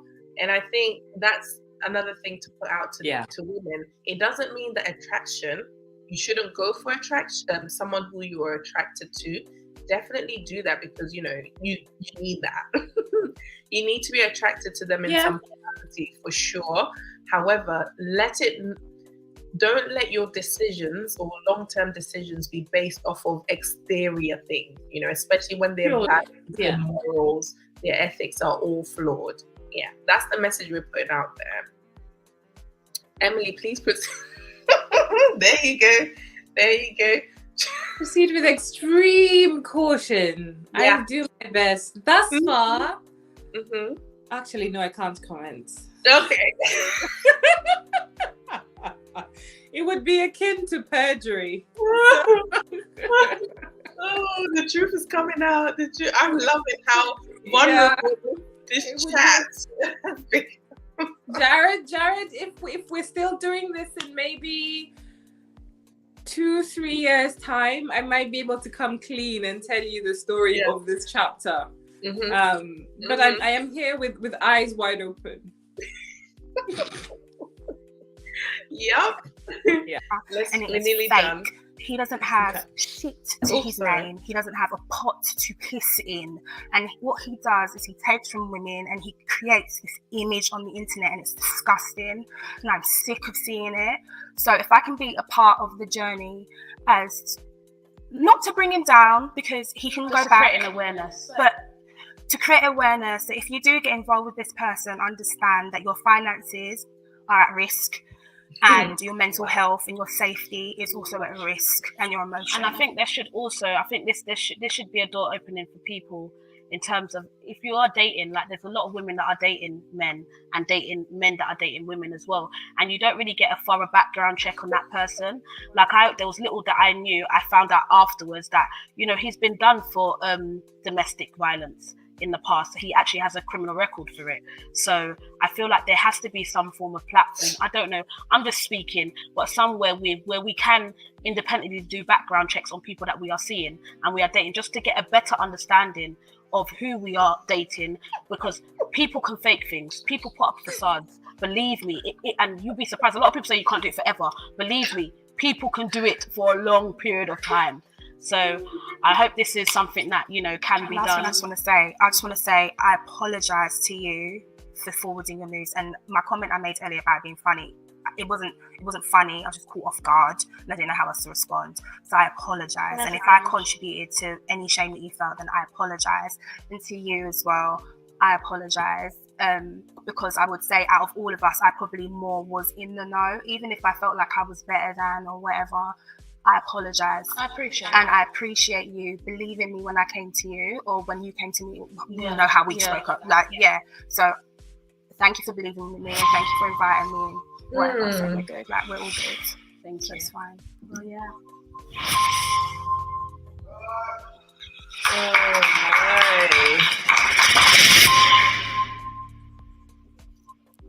my. Yes. Oh, baby girl. There's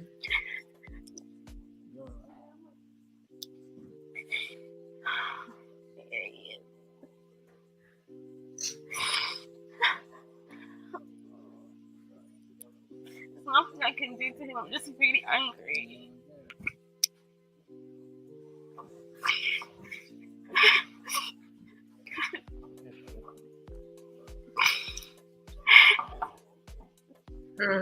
Next week on Full Disclosure.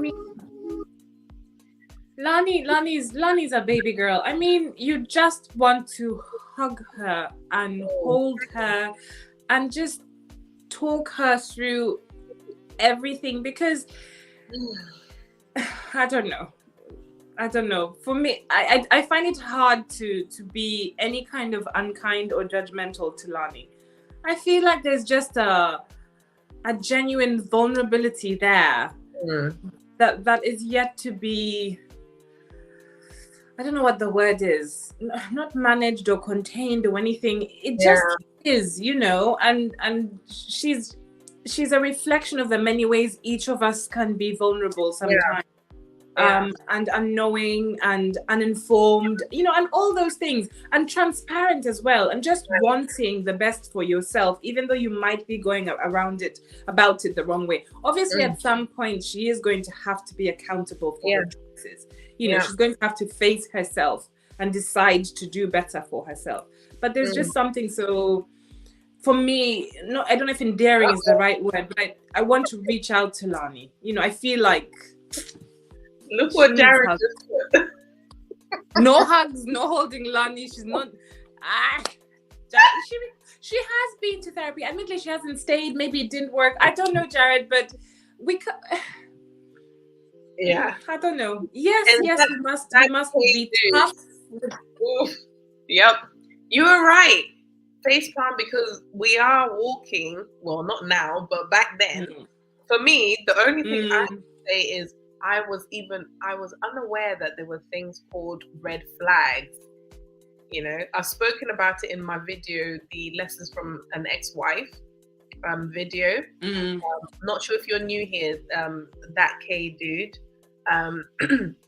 I spoke about that, and I remember, you can see the evolution on my channel. When I first found out that there's something called red flags, I was like, what? And they're not teaching this in the church. Because I'm a church background, it's one of those ones where you don't do no talking, no dating, you just go straight relationship, then marriage. That's what I did. And it was like, so there's something called red flags, and they actually list them all out that you can actually look for. So walk in walk in like a raging bull. No. And then being unaware of red flags, you don't realize you even have insecurities. You're codependent. You're a people pleaser. That's you throw love into it, and you throw and then you throw what's it called, religion and church into it, and you're constantly trying to save or bend backwards for your partner, and they teach that is submission. And then there's a very fine line between that submission and doormat treatment, and that's where I was, because I just did not know the two. I didn't even know that there was something called boundaries. And I think it's really good for us to, again, extend a bit of grace. That's why I'm here and I'm talking about these things, because I knew I didn't know any better back then.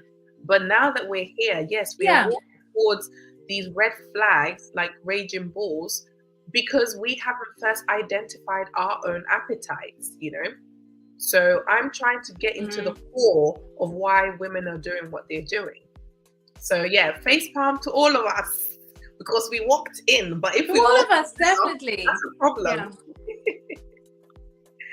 I think it is to all of us. And also, I think the other thing that I pointed out earlier is that obviously this is where the girls were in their journey at the time.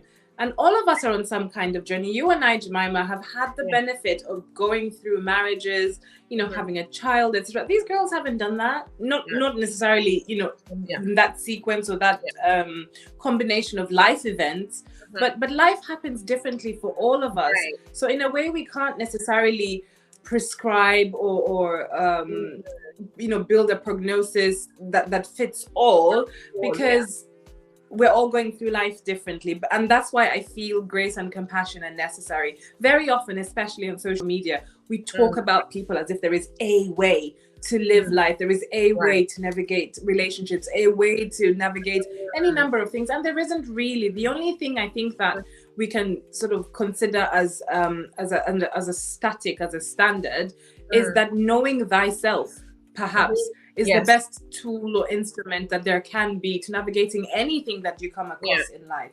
The lesson, the key thing for me is to know ourselves, understand ourselves as best as we can. And again, that's not something that you master at any one point. No, it's what life is.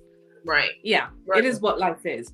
And that's maybe what we need to do, as human beings going forward, understand ourselves and therefore do better in our interactions with those around us.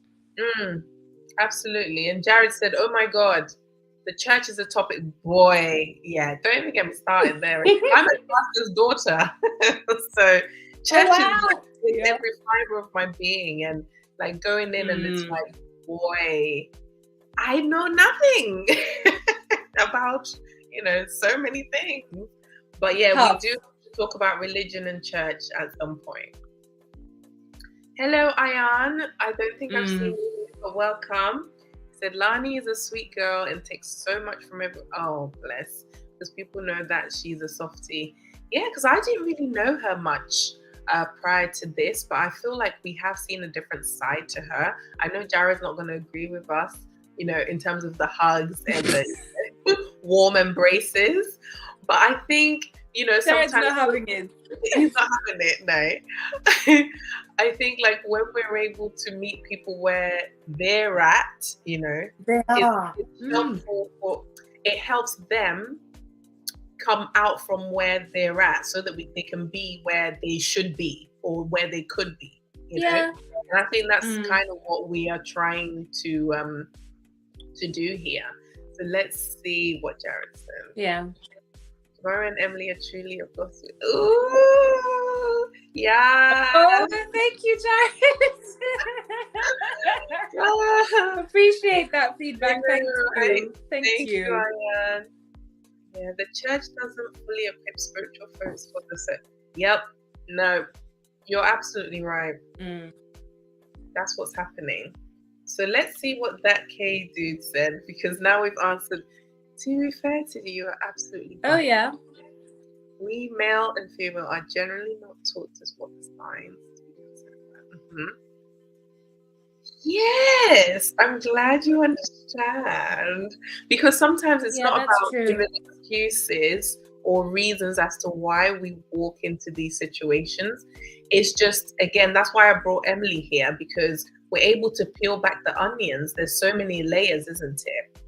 Even when we are in our ignorance, there's still layers to that ignorance, isn't it? Especially when you bring in church and all of that.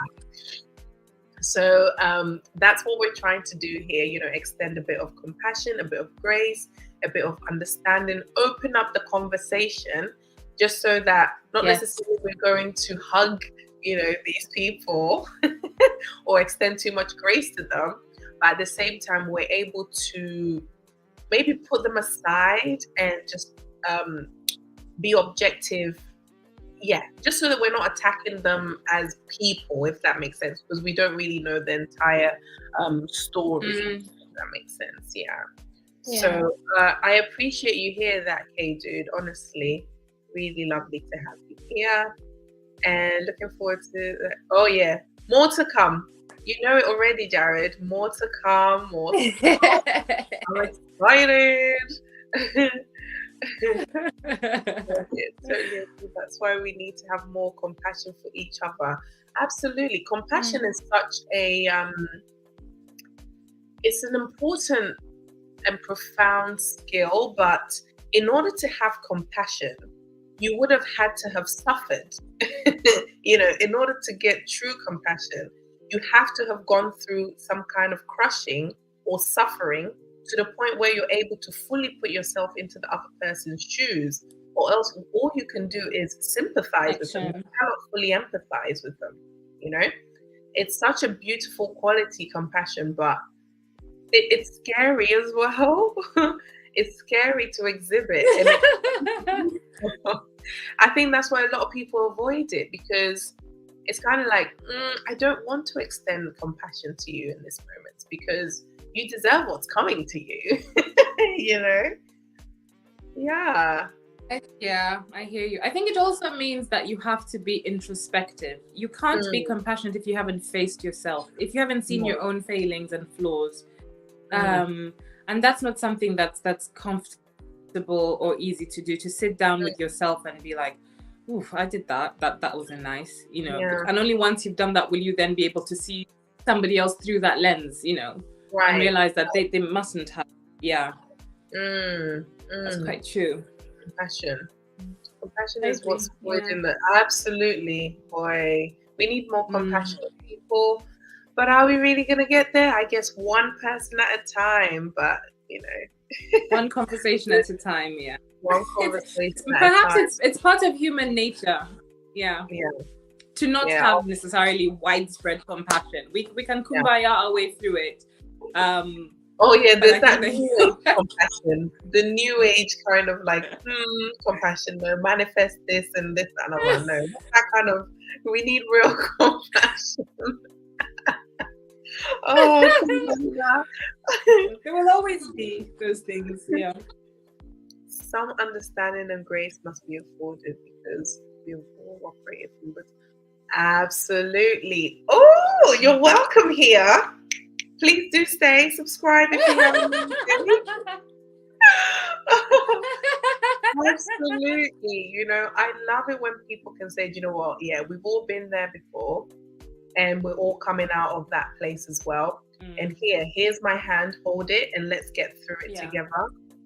And I think that's what I want us to do on this channel. And that's why I brought Emily here, and we're gonna be having more and more of these conversations.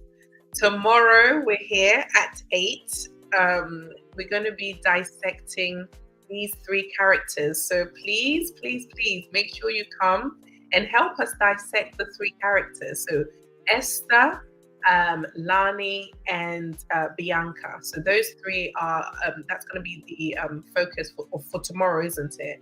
Yeah, tomorrow's one. And then on Thursday, we crown the whole thing talking about men and why our men are quiet when it comes to this topic. That's what my life is about. Absolutely. Oh, good to have you here, honestly. Darren said, yeah. I'm so glad you're attracting quality people. Yep. Oh, I'm loving it too. And it's all thanks to you. I would have never done this. I'll just be upstairs in my room, pressing record and editing. But live streams, I think, are good as well because it gets, and bringing more guests in as well. Yeah. It opens up the conversation, isn't it? No, I like that. So yeah, it's been fun today. I know we had a bit of ups and downs. I'm really sorry about my technical difficulties. I will reboot my router and and hope that it does the job. No, it's all good, honestly. I'm just glad you're able to come back and we're able to, you know, go through this. So I'm sure tomorrow Thank you for back well. And yeah. So guys, thank you so much for coming. Yeah, have a good night or good morning or good afternoon wherever you are. Wherever you are. We are going to sleep. It's 10 p.m. boy. Oh gosh, yeah, there's work tomorrow. It's tomorrow. Tomorrow's Wednesday. Yes, there's work tomorrow. There's work tomorrow. So yeah. Thanks, Emily. See you tomorrow. Anytime, sweetheart. Bye-bye. Take care, guys. Bye, everyone. Bye. Bye.